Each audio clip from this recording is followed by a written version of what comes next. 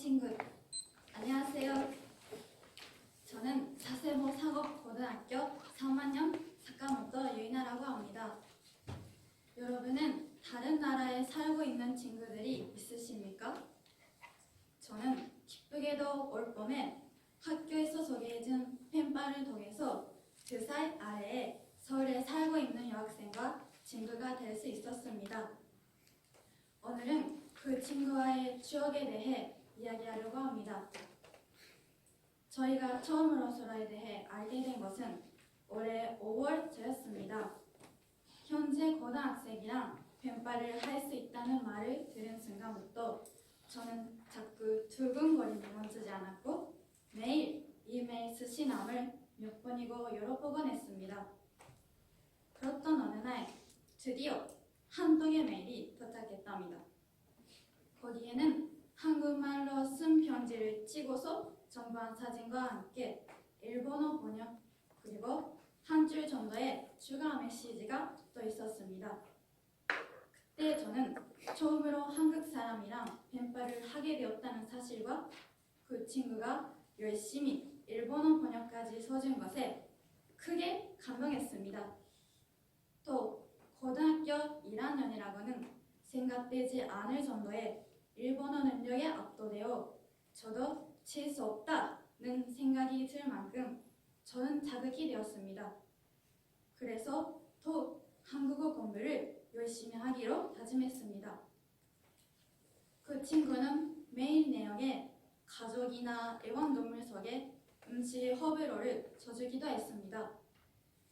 그 후로 라인으로 대화를 하기 시작하면서 서로에 대한 것뿐만 아니라 서로의 나라에 대해서도 보다 깊이 있게 알 수 있게 되었습니다.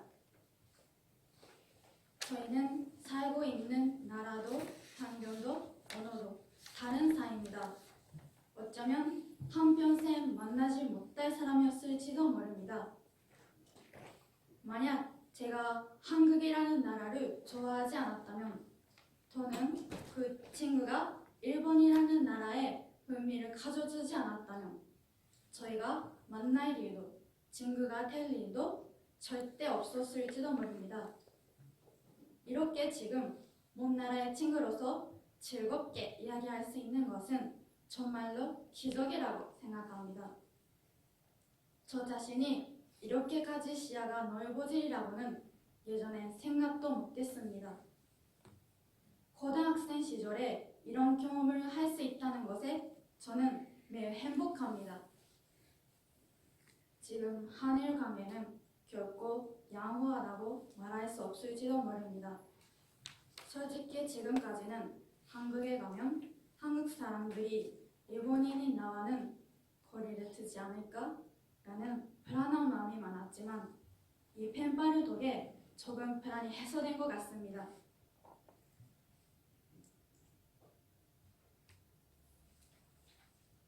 일본을 좋아하는 사람과의 관계가 저 자신과 연결되었기 때문입니다. 그때 교류에 전점을 알거나 지금은 앞으로도 여러 나라의 사람들과 교류하며 더 넓은 세상을 알게 되었으면 좋겠다고 생각합니다. 그리고 저와 같은 이런 인연이 모두의 세상으로 퍼져나갔으면 좋겠습니다. 감사합니다.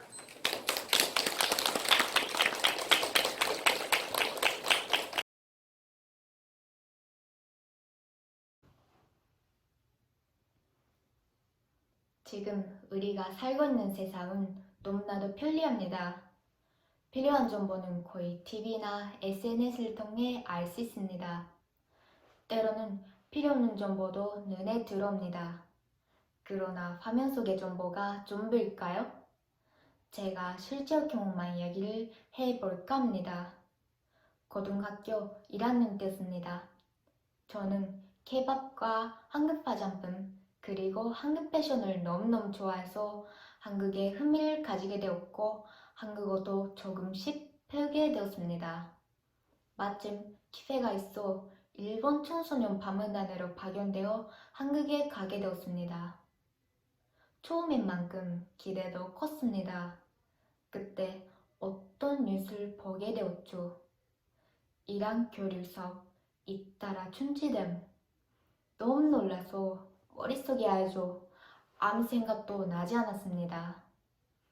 그 원인은 한국 근내에서 나날이 높아지는 불매운동을 위한 이란 관계의 우려였습니다. 예정돼 없던 파견도 일시적으로 보류되었지만 다행히 무사하게 진행되었습니다. 그래도 저는 불안했습니다. 뉴스에서 본 노 자펜이라고 쓴 종이가 너무나도 위압적이었기 때문입니다. 게다가 판문점 호스트 패밀리와 인스타그램을 통해 대화하던 중 그의 친구의 어카운트를 보았습니다. 몇 개월 전 사진이 나와 있었습니다.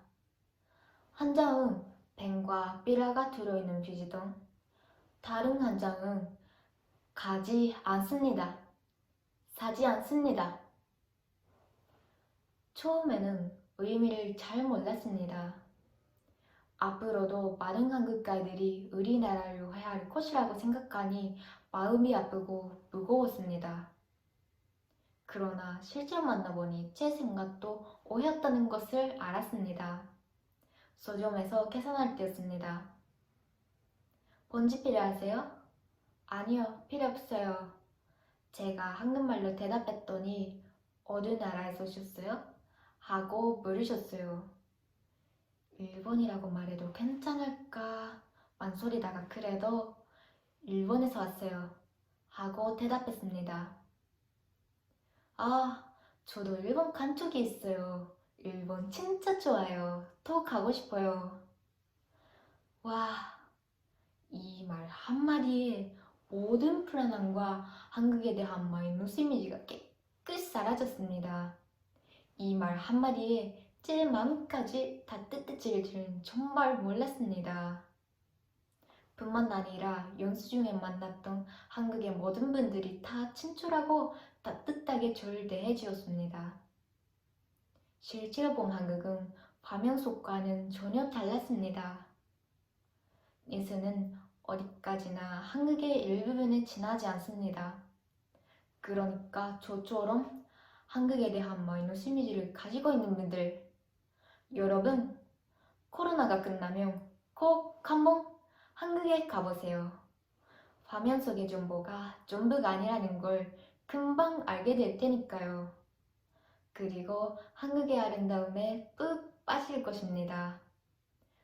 저도 앞으로 한국어를 더 열심히 해서 많은 분들이 예쁜 한국과 만날 수 있도록 돕고 싶습니다. 감사합니다.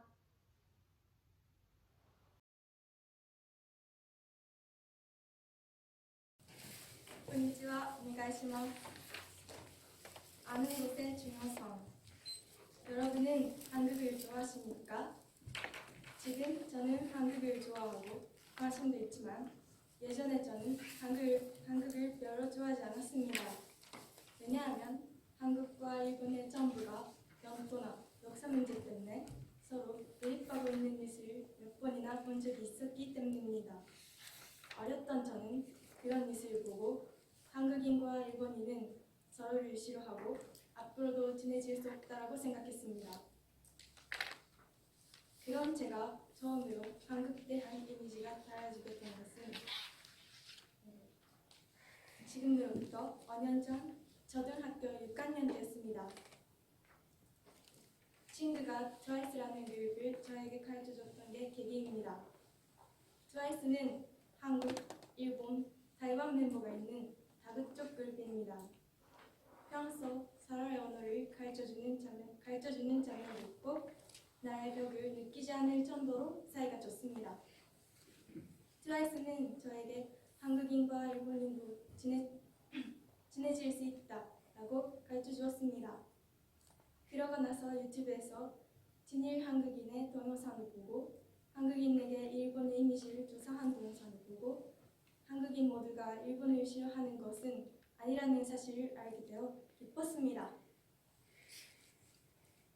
저는 새로운 깨달음을 얻는 게 다음에 이미지가 달라지게 된 것은 중학교 3학년 때였습니다. 계기는 친구가 추천해준 대야의 후예라는 드라마를 본 것입니다.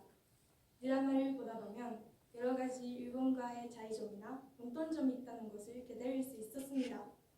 예를 들면 차이점은 성에 시를 붙이면 시가 된다. 공통점은 경우가 있다입니다. 이런 깨달음 속에서 놀랐던 것이 두 개 있습니다.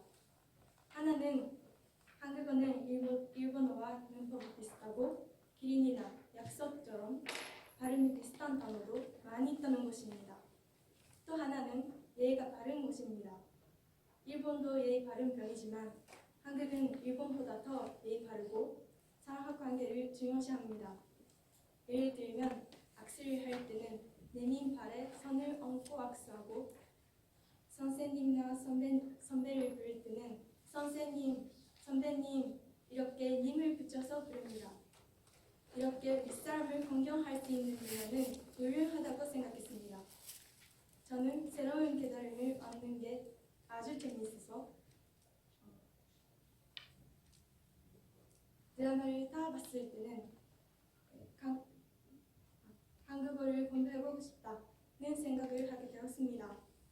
그 후 바로 한글을 외우는 것부터 천천히 한국어 공부를 시작하고 2년 지난 지금은 일본에 관심이 있는 한국인과 인터넷으로 이야기하거나 서로의 습관이나 언어를 가르쳐주거나 기초한 경험을 하고 있습니다.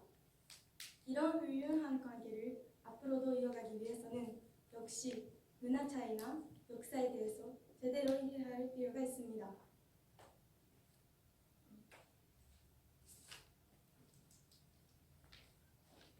그러니까 이제부터는 한국어에 대해서 그런 공부도 할 것입니다. 트와이스나 대한회를 가르쳐주는 친구들처럼 매력을 사람에게 소개하고 한국과 일본의 양국에 좋은 영향을 줄 수 있는 사람이 되겠습니다. 감사합니다.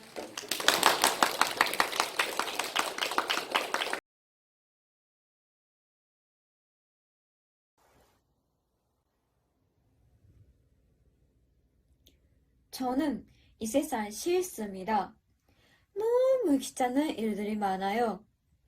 여러분도 저와 같은 기분을 느껴보신 적 있나요? 제 몸의 반은 중국 사람의 피가 흐르고 있습니다. 그런 이유로 속상한 일들도 많았어요. 제가 중학교 때 중국 사람을 싫어하는 선생님이 있었습니다. 그 선생님은 제가 일본인 아빠와 중국인 엄마의 다문화 가족인 사실을 모르시는 것 같았어요. 아기가 있는 것 같지 않았지만 중국 얘기가 나올 때면 괜히 주눅드는 느낌이었습니다. 친구들이 저한테 신경 써주는 것도 부담이 돼서 전혀 모르는 척 수업 시간에 졸리지 않았지만 자는 척을 해야 했어요. 내 마음 같아선 선생님께 직접 타지고 싶었지만 얘기해봤자 시간만 아까울 것 같아서 포기하고 말았어요. 사실은 저도 중국에 대해서 별로 좋은 이미지는 아니었거든요. 여러분 중에도 같은 생각을 하고 있는 분이 있을 거예요. 하지만 중국 사람이 다 나쁜 사람은 아니에요. 우리 엄마는 일본에 와서 많이 울고 많은 후회도 했다고 해요. 그렇지만 우리 가족이 있었기 때문에 견딜 수 있었다고 하셨어요. 이 세상에는 많은 나라, 많은 언어, 그리고 많은 사람들이 존재하고 있어요. 그 한 사람 한 사람은 다 다릅니다. 그런데 왜 나라와 인종을 똑같이 평가하는 걸까요? 같은 나라에서 태어난 같은 민족이라 해도 생각과 사고는 다 다릅니다. 인류의 시작은 원순이라고 하잖아요. 그렇기 때문에 서로 싸우고 미워한다고 해도 우리는 똑같은 사람이기 때문에 의미가 없다고 생각합니다. 저는 중국인의 피가 흐르고 있는 일본 사람입니다. 지금은 한국을 너무 좋아해서 한국어 공부를 열심히 하고 있습니다.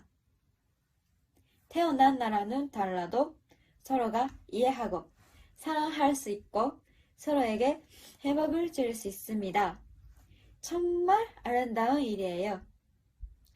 지금 저의 간절한 바람은 편견 같은 가치 없는 생각은 버리고 서로가 마음을 이해하고 노력할 수 있는 사람들이 많아졌으면 좋겠어요.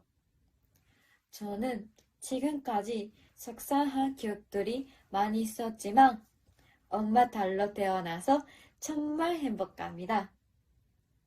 지금 열심히 공부하고 있는 한국어와 한국을 더해서 다른 나라의 문화를 배운다는 것은 정말 행복하고 즐거운 일이라는 것을 많은 사람들에게 알릴 수 있는 사람이 되고 싶습니다. 그런 의미에서 오늘 저의 한국어 스피치는 중요한 한글입니다. 엄마, 감사합니다. 사랑해요.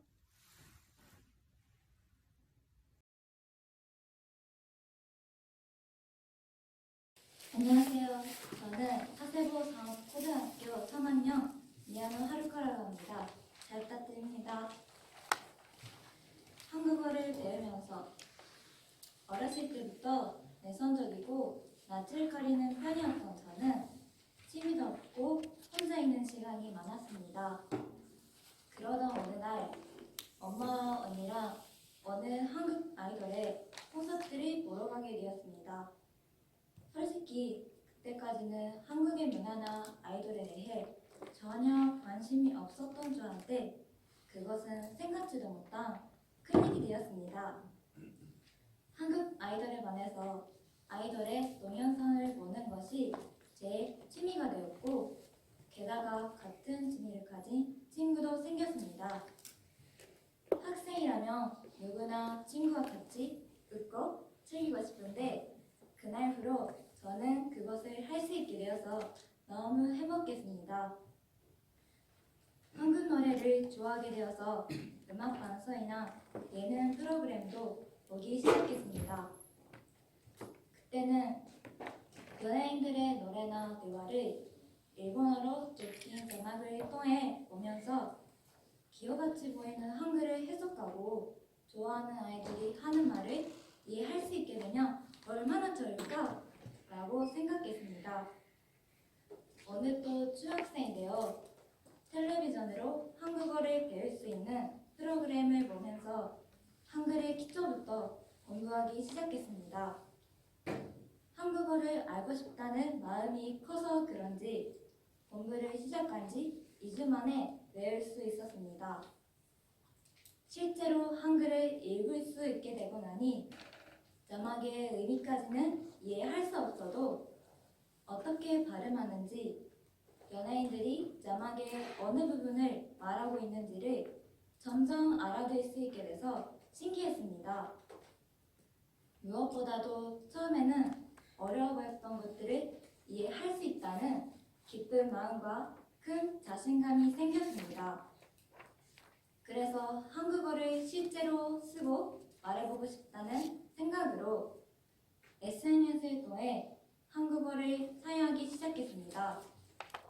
처음에는 안녕하세요, 나 맛있어요 같은 간단한 인사 정도밖에 몰랐는데 번역기를 쓰면서 많은 사람들과 대화를 계속하다 보니 어떤 표현을 언제 어떻게 쓰는지를 이해할 수 있었습니다.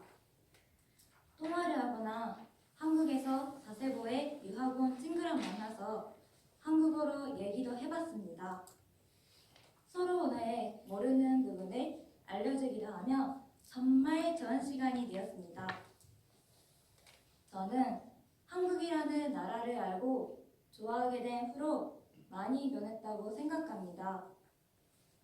어떤 일이든 잘할 수 있는 것이 없었던 저에게 한국어는 큰 자신감과 저 자신이 하고 싶어하는 것을 발견해 주어서 제가 성장하게 된 계기라고 해도 과언이 아니라고 생각합니다.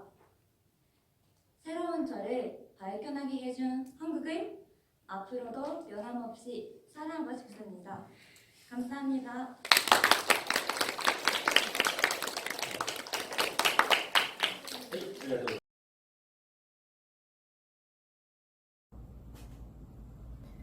안녕하세요. 저는 칸유미라고 합니다.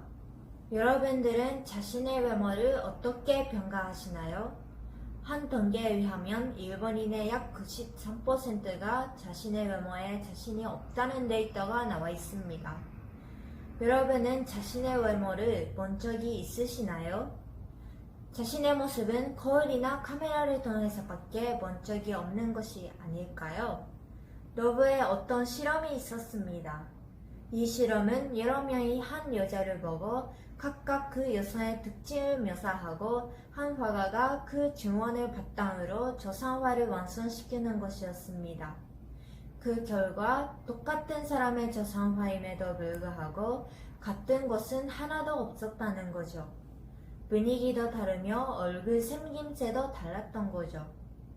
우리의 외모가 어떻게 보이는지는 하나가 아닌 사람마다 크게 다르다는 것이 이 실험으로 반면된 것입니다. 그럼 진정한 아름다움이란 대체 무엇인가요? 오늘 이와 관련된 이야기하기 앞서 두 나라의 다른 미적 가치관에 대해 여러분들한테 얘기하고자 합니다. 먼저 제가 미에 대해 생각하게 된 계기는 고등학생이 돼서 또래 아이들처럼 자연스럽게 외모에 신경 쓰게 되며 또 학교에서 미가 무엇인지 토론을 통해 미에 대해 관심을 가지게 되었습니다. 그리고 제가 혼혈인이기에 한국과 일본, 양쪽의 문화를 체험하면서 이 두 나라의 미적 가치관이 크게 다르다는 것을 알게 되면서 미에 대해 깊이 있게 생각하게 되었습니다. 제가 이 두 나라의 미적 가치관이 크게 다르다고 느끼게 된 계기는 성형에 대해서 서로의 가치관이 다르다는 점이었습니다. 저번에 제가 한국 강남을 놀러 갔을 때입니다. 길거리에는 문대를 얼굴이나 코에다가 감고 당당하게 걷는 많은 사람들을 볼 수 있었는데요. 그 상황을 처음 보는 저에게는 너무 당황스럽고 놀라웠습니다. 한국은 이렇게 성형이 개방적인가 해서 고모한테 여쭤보니 사촌 언니와 언니 친구들도 고등학교 졸업 선물로 성형을 했고 할머니께서도 코수술을 했다고 말씀하셨습니다. 저에게는 정말 충격적인 얘기였습니다. 왜냐하면은 현재 일본에서도 성형 수술을 긍정적으로 생각하는 사람들이 늘고 있지만 아직까지도 성형 수술을 무서워하고 거부감도 크기에 부정적으로 생각하는 사람들이 많기 때문입니다. 옆 나라임에도 불구하고 왜 두 나라가 추구하는 미의 가치가 다른 걸까요? 과거로 돌아가 양쪽의 문화를 살펴보자면 우선 일본에서는 옛날부터 제포니즘이라는 자연을 숭배하는 문화가 있고 인본적인 것에 대한 경계심이 많은 민족이었다는 것을 알 수 있습니다. 그래서 너무 거친 티가 난 외모, 게다가 위학기술로 수정한다는 행동 자체를 부정적으로 생각하는 것 같습니다. 반면에 한국에서는 과거부터 내친적인 것을 아름답다고 여기는 문화가 있었습니다. 접시나 의상, 건축물들을 보면 그 의미를 쉽게 알 수 있을 겁니다. 그렇게 자연스럽게 갖춰진 미보다 어느 정도의 인본적인 부분을 통한 미를 추구했다는 것을 알 수 있습니다. 그러하기에 위학기술을 통해 예뻐질 수만 있다면 성형 수술을 해도 된다는 생각을 자연스럽게 했을지도 모르겠습니다.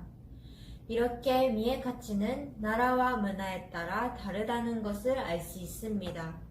이제 이 이야기를 마무리하고자 합니다. 여러분들은 제가 처음 질문했던 내용 기억하시나요? 애당초 아름다움이란 무엇일까요? 왜 우리는 자신의 외모를 과도하게 평가해버리는 것일까요? 직저의 실험에 기초하면 정답은 없는 것이겠죠. 사람마다 문화가 다르며 가치관도 다르고 인식 방식이 다르기 때문입니다. 그렇기 때문에 저는 생각합니다. 미의 가치는 나다움을 잊지 않고 존중하는 것에부터 시작된다고. 백일화가 요구된 근대로부터 크게 변화된 다양성을 인정받는 현대사회. 최근에는 퍼스널 컬러나 퍼스널 패션 등이 유행하고 있습니다. 이것은 문명이 발전했기 때문에 우리가 개개인에 맞는 아름다움을 추구할 수 있는 것이 아닐까요?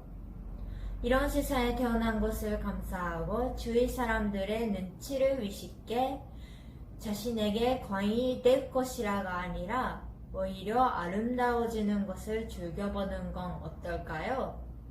마지막으로 미의 즐거움이 모든 사람들에게 공유되고 이해되기를 바랍니다.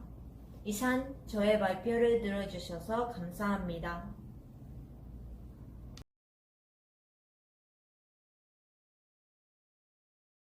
저는 어렸을 때부터 저부모님을 좋아해서 쉬는 날이면 꼭 만나러 갑니다. 하지만 사실 저희 할아버지는 한국을 좋아하지 않습니다. 뉴스에서 한국 이야기가 나오면 어김없이 한국이니까 일본이 역시 좋아 라고 말하면서 TV를 꺼버립니다. 할아버지가 왜 한국을 싫어하는지 도저히 몰라서 한 번은 그 이유를 여쭤본 적이 있었습니다. 그때 할아버지는 방에서 한국과 일본의 역사에 대한 오래된 책을 가지고 와서 설명해 주셨지만 그 설명을 들어도 왜 싫어하는지 잘 이해할 수 없었습니다. 하지만 그런 환경에서 성장한 저는 한국을 좋아합니다. 한국을 좋아하게 된 계기는 초등학교 6학년 여름방학 때 우연히 TV로 본 한국 드라마였습니다. 한국의 사극이었지만 영상도 오래되었고 지금까지 들어보지 못한 단어라서 놀랐습니다. 그때 어렸던 저는 제 마음대로 세계에는 일본어와 영어밖에 없다고 생각했기 때문에 그 신기하고 매력적인 발음에 굴렸습니다. 그리고 뭐라고 하는지 하나도 몰라서 미지의 세계에 발을 들여놓은 것처럼 두근두근 했던 기억이 납니다. 그 드라마에서는 상상도 못할 정도로 주인공을 괴롭히는 아주 나쁜 여성이 있었습니다. 일본 드라마에서는 본 적 없는 심술궂은 성격에 전 어린아이였지만 짜증이 났습니다. 하지만 어느 날 주인공과 오해가 풀리고 사실은 보이지 않는 곳에서 주인공을 지키는 강한 여자였다는 걸 알게 되었을 때 너무 감동받았고 그런 여성을 동경하게 되었습니다. 그 동시에 한국이라는 나라에 대해서도 관심을 갖게 되었습니다. 한국에 대하는 것을 공부하면서 특히 국민성에 반했습니다. 한국 사람들은 사람과 거리가 가깝고 친근한 느낌을 가지고 있으며 예의도 중요하게 생각하는 것 같습니다. 일본에서는 친한 사이에도 지켜야 할 예의가 있다 라는 말이 있습니다만 한국 사람들은 그것이 제대로 몸에 배어있고 실존되고 있다고 느꼈습니다. 한국 사람들은 비록 같은 학년이라도 연상에게는 존댓말을 쓰고 밥을 먹을 때는 연장자가 먼저 먹기 시작하면 먹는 등 어른을 공경하는 습관이 많다고 들었습니다. 그리고 한국어에는 일본어에 없는 특징이 있습니다.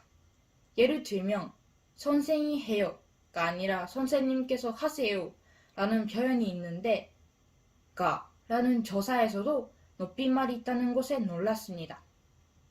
또한 한국에서는 부모님에 대해서도 높임말을 사용하기 때문에 부모님을 소중히 생각하는 마음이 강한 것 같습니다. 물론 일본인도 부모를 소중히 여기는 문화가 있습니다만 일본인은 부모로부터 받은 사랑을 부모가 아닌 자신이 사랑하는 사람에게 향하는 듯한 느낌이 있습니다. 한국인은 사랑하는 사람에 대하는 것만큼의 사랑을 부모님께도 똑같이 대하는 것 같습니다. 일본에는 좀처럼 부모와 자식 사이에 예전을 표현하는 것이 서투른 사람들이 많다고 생각하기 때문에 한국 문화가 부럽기도 합니다. 그리고 그런 습관도 멋지다고 생각합니다. 또한 평소에 알고 지냈던 한국인들 중에는 뚜렷한 성격을 가지고 있는 사람들이 많고 그런 성격이 제 성격과 비슷해서 친근감이 들었습니다. 앞으로는 한국 문화뿐만 아니라 역사도 알고 싶습니다. 그러기 위해 한국 대학에 진학하고 싶습니다. 한국에 살면서 한국의 좋은 점을 또 알고 싶습니다. 그래서 언젠가 할아버지뿐만 아니라 한국을 잘 모르는 사람들이 가지고 있는 이미지를 바꿀 수 있는 그런 사람이 되고 싶습니다. 그리고 지금보다 더 부모님을 소중히 여기고 소중한 사람들을 지킬 수 있는 강한 여성이 되고 싶습니다. 감사합니다.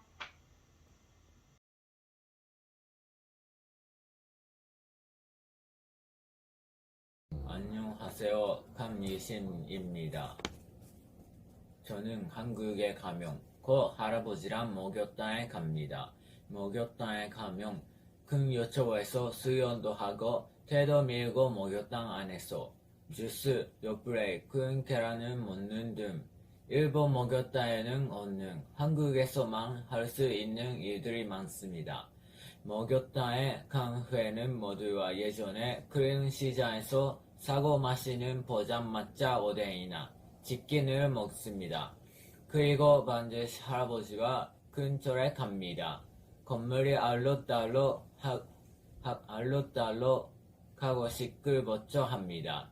아버지가 늘 보시던 한국 역사 드라마에 나오는 왕과 바비를 상상하며 현대인들을 비교하곤 합니다. 저에는 포장마차도 많이 있고 맛있는 것도 많이 있습니다. 김 감자튀김이 맛있었습니다. 저에 들어서면 할아버지 흉내를 내며 절을 합니다. 한국식이라고 마음속에서 생각하면서 할아버지는 택시 기사를 하고 계셨어. 항상 들었으나 물결이 불고 있습니다. 신호가 파란색으로 바뀌면 급발진하기 때문에 항상 목이 아팠습니다. 근데 항상 저희를 즐겁게 해주려고 많이 데리고 다녀주십니다. 집에 도착하자마자 할아버지는 일하러 가시고 아침까지 들어오시지 않으세요. 약간의 식사와 잠시 누를 붙이시고 바로 일하러 가십니다. 한산 쉬는 시간을 저희를 위해서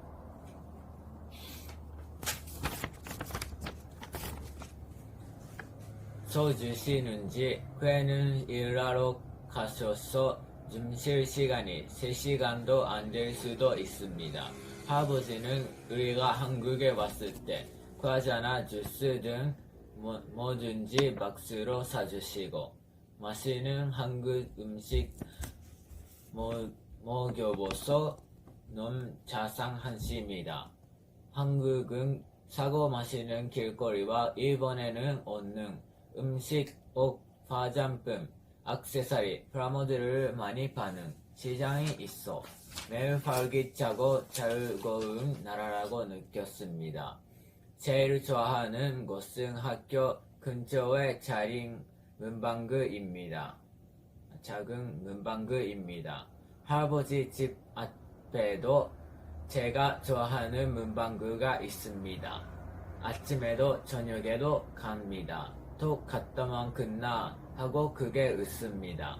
할아버지 지내면서 한국 사람들의 선량한 배려의 마음 등에서 매우 따뜻함을 느낄 수 있습니다. 무엇보다 할아버지 함께 봤던 거 경험 일등 계속 잊혀지지 않는 즐거움입니다. 오키나와에는 모노레일이나 버스밖에 없습니다.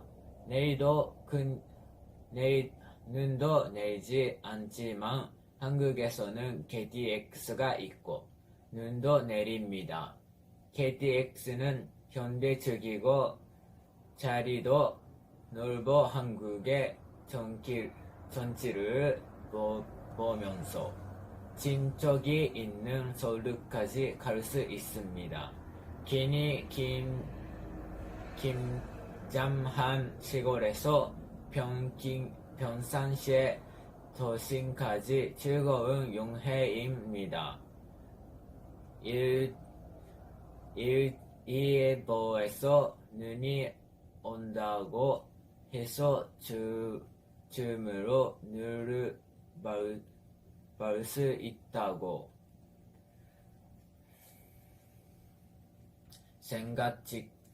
생각했지만 저희가 서울에 도착한 날 말가로 놓고 있었습니다. 나는 눈을 보면서 서울까지 많이 걸어가서 겨우 쇼핑을 하거나 새우만두도 먹고 모블물티를 마셨습니다. 저는 혼자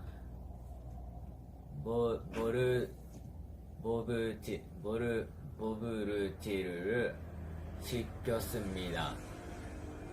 얼음 없이 설탕 0%로 주세요.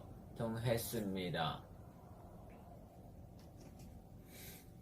친척집에 가면 친척도새움 밤 9시나 10시까지 복시나 영어랑 여러가지 배우느라 바빴습니다. 밤에 공원을 산책했습니다. 공원에는 운동기구가 있었어. 걸으면서 몸을 단련할 수 있는 한여지경 그이가 한국적 같다는 생각이 들었습니다.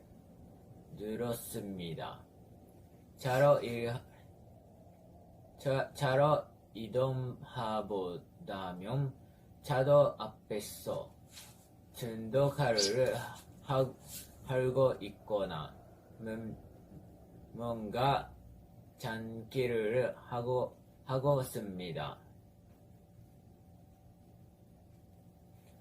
걸으면서 차로 이동하면서 무언가를 동시에 할 있어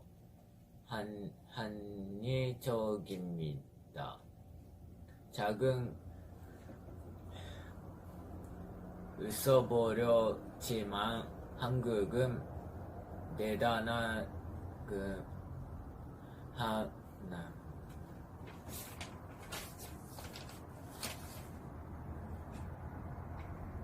그 안심을 갖게 되었습니다. 한국시와 장소를 효율적으로 이용할 수 있어서 가끔씩가 할아버지는 잘 있나와 전화를 주십니다. 저는 한글 모르고 할아버지와 할머니도 일본어를 모릅니다. 그래도 한국말로 열심히 저희한테 웃는 얼굴로 말을 걸어주십니다.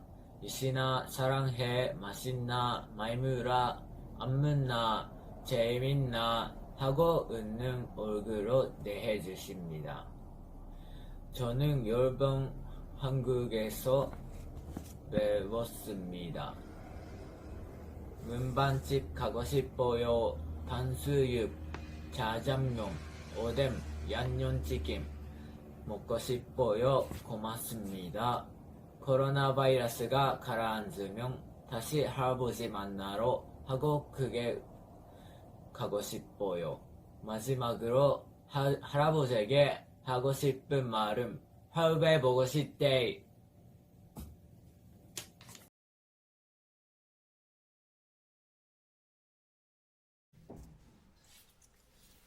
안녕하세요. 저는 하크버리입니다. 저는 어렸을 때부터 리듬 재즈에 몰두해서 학교 공부를 전혀 하지 않았습니다. 중학생 때는 제일 싫어했던 수학에서 0점을 받은 적도 있었고 숙제도 지질한 적이 없을 정도로 공부를 하지 않았습니다.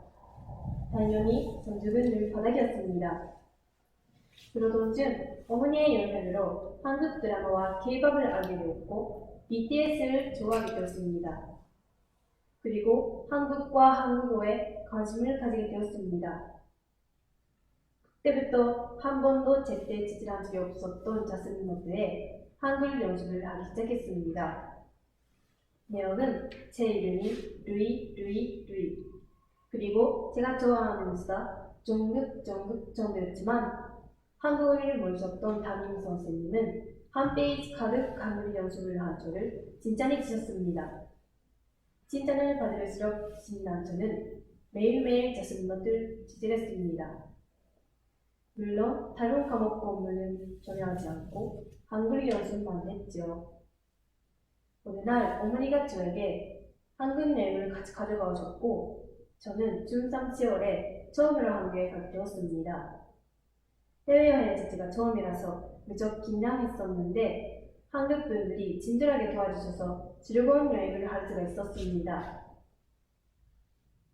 그 후 몇 번 더 한국에 가게 되었고 한국의 매력에 푹 빠지고 말았습니다.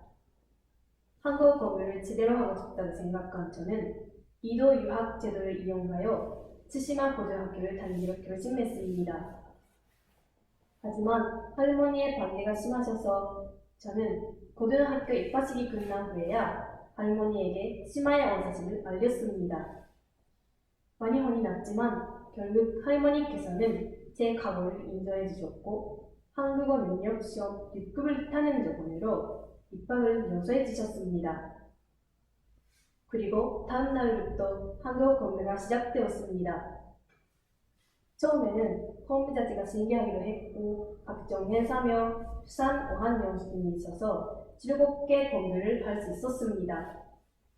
하지만 가을이 되어 한국 능력 시험 준비가 시작되었을 때 처음으로 싫어하는 문제와 마주치게 되었습니다.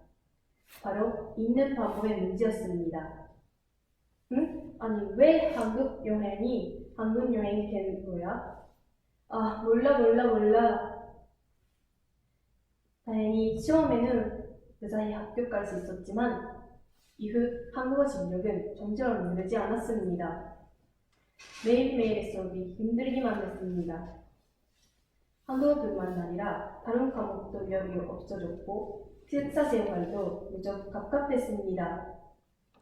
이제 더 이상 안 되겠다고 생각했을 때 할머니의 약속이 떠올랐습니다.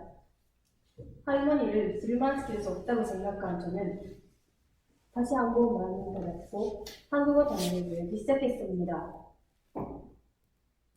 사실은 제가 다시 한국어 공부를 할 수 있도록 힘이 되어준 존재가 또 있습니다.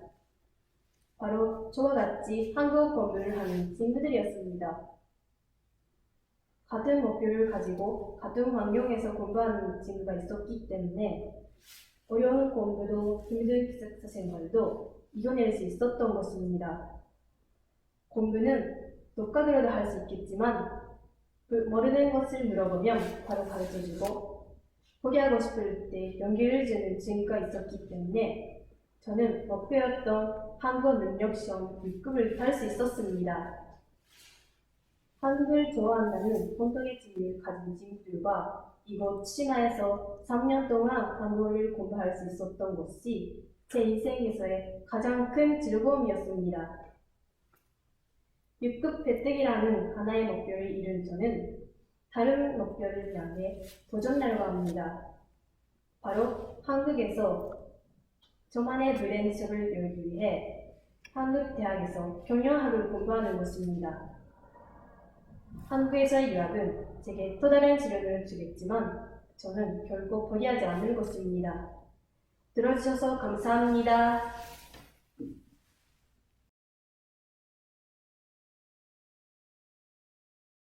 안녕하세요. 후쿠오카 한글학교 1단계 김나기입니다. 나의 가족 김나기. 저의 가족은 3명입니다. 아버지, 어머니, 그리고 저입니다. 그리고 애완동물로 햄스터를 기르고 있습니다. 햄스터 이름은 하몽이입니다. 저는 아빠와 함께 하몽이에게 간식을 주는 것을 좋아합니다. 내가 하몽이라고 부르면 발로 달려옵니다. 저는 아빠랑 엄마랑 하몽이를 좋아하니까 오래오래 같이 지낼 수 있으면 좋겠습니다. 감사합니다.